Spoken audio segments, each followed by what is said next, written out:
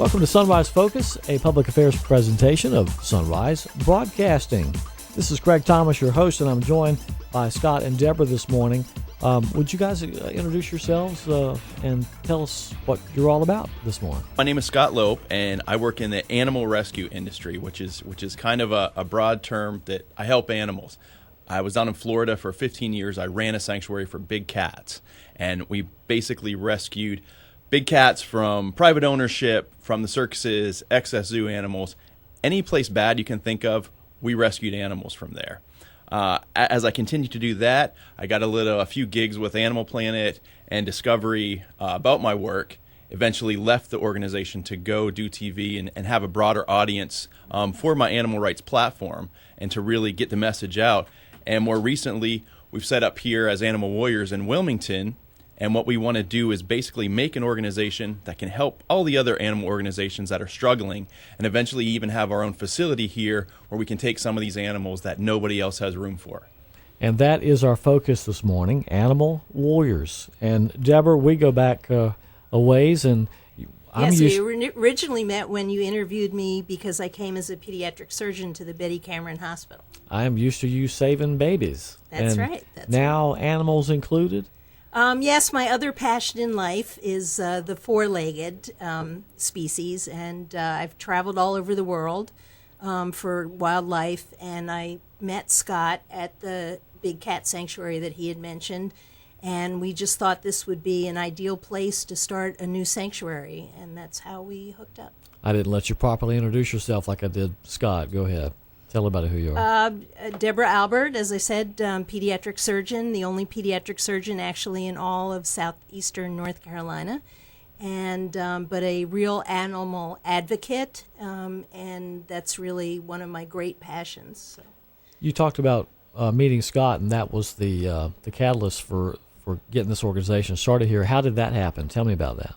Down in Florida at my organization, we had one of the most successful volunteer programs in the whole country. We had over 100 volunteers that came and took care of this 45-acre sanctuary, all the animals. We did tour, we did educational outreaches.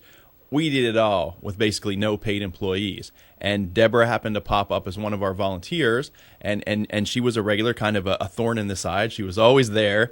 She always had something to say about everything. And she just kind of, made herself part of the team and knew her for many years. And as she relocated up here to Wilmington, that was about the time the mission was sort of changing for that organization, and my goals were changing as well to reach a much broader audience. And when you have opportunities on TV and radio to really do that, you have to take them because, that doesn't last very long. So when you can do that's what I did.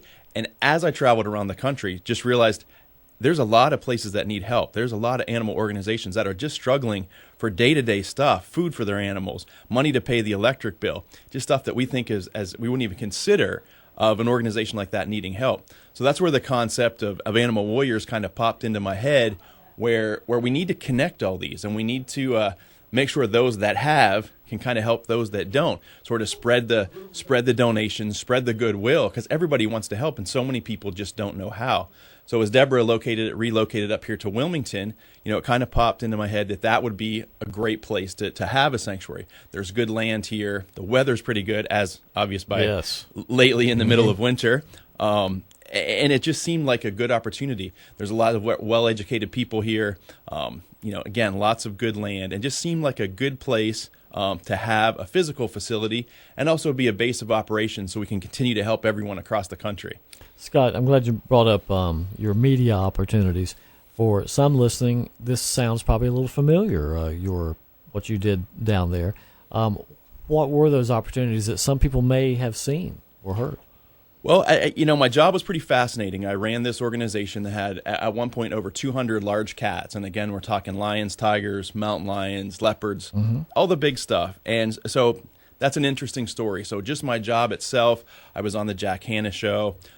As I progressed, I kind of became an animal expert, especially in that field of the large carnivores in captivity. So I would be on 2020.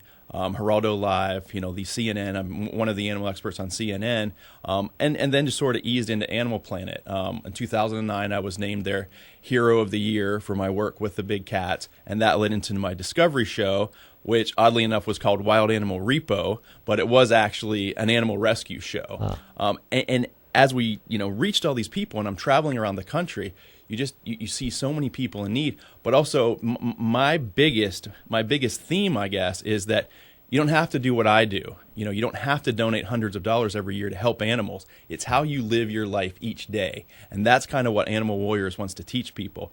A little bit of volunteer time, just the products you buy, the things that you pay your money for entertainment, those all have an effect, whether positive, negative, on animals. And it's so easy to make a difference. And that's what Animal Warriors are going to show people, that everybody can help animals. Well, Deborah, it's obvious that you live that. And Yes. that's how you became involved to begin with. And tell us a little bit about your experience with Scott. But did he drag you on any of those TV shows, by the way? No, he didn't. No, he didn't. He dragged me to watch it. No. No, actually, the shows were amazing. Like Scott said, it's always been a passion. The big cats in general have been a passion of mine. And as Scott mentioned, I've traveled all over the world to see him. I just got back from Brazil, where I saw jaguars in the wild. But what that really gives you is a sense of how amazing these animals are in the wild compared to what many of them have to endure in captivity. So that's part of, people should not be owning, these exotic animals. So that's part of the message, and part of the reason for the sanctuary is that hopefully the laws are slowly changing. But then where do these animals go?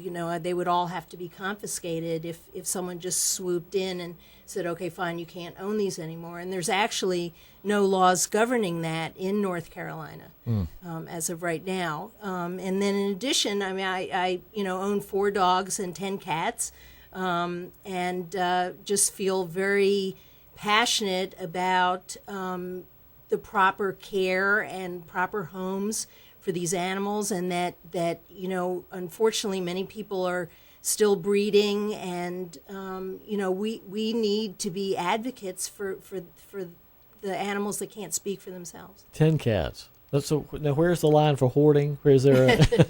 Yes, I think I qualify as a crazy cat lady. You know what?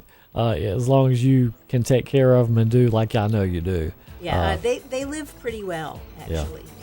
Well, we're going to talk more about the big cats when we come back, and the efforts to get Animal Warriors going to the sanctuary here in the Wilmington area, and an upcoming event that you can attend, be a part of, that will help animals. When we come back on Sunrise Focus, right after this.